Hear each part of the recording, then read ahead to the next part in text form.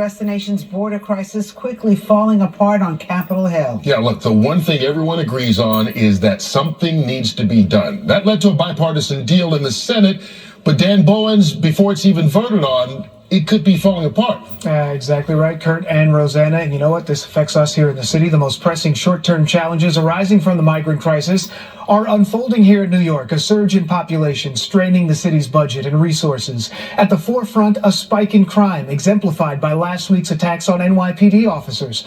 Lawmakers on both sides of the aisle say addressing these issues for the long term requires big changes at the border. Well, now, after decades of debate, there's finally a bipartisan solution, but it's facing some serious challenges, and some say that's all political.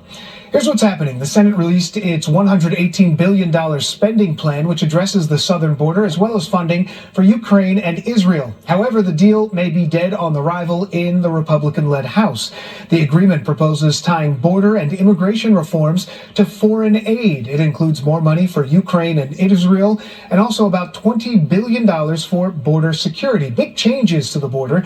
Negotiators say it would end the so-called catch and release policy, expand detention capacity for families, make it more difficult to claim asylum and provide work permits to migrants who qualify, and it would also require the border be shut down when encounters reach a rolling average of 5,000 people a week. Here's why that's significant, because right now, encounters are currently averaging around 7,000 a day.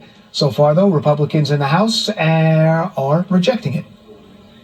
It's like they were trying to sell us on Gucci, but really it's the package that the guy around the corner in the alley pulled out of his trunk.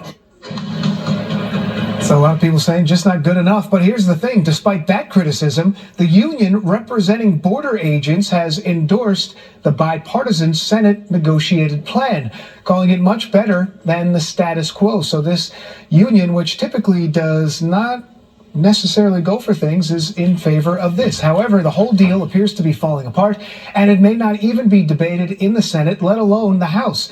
Ex-President Trump has publicly opposed the agreement, arguing it is not strong enough. He doesn't think it goes far enough. And he says it would grant Biden and the Democrats a political win prior to the general election. Now, in response, Democrats have criticized some Republicans, saying they want to keep things messy at the border to help the former president get reelected. At this moment, it doesn't appear like any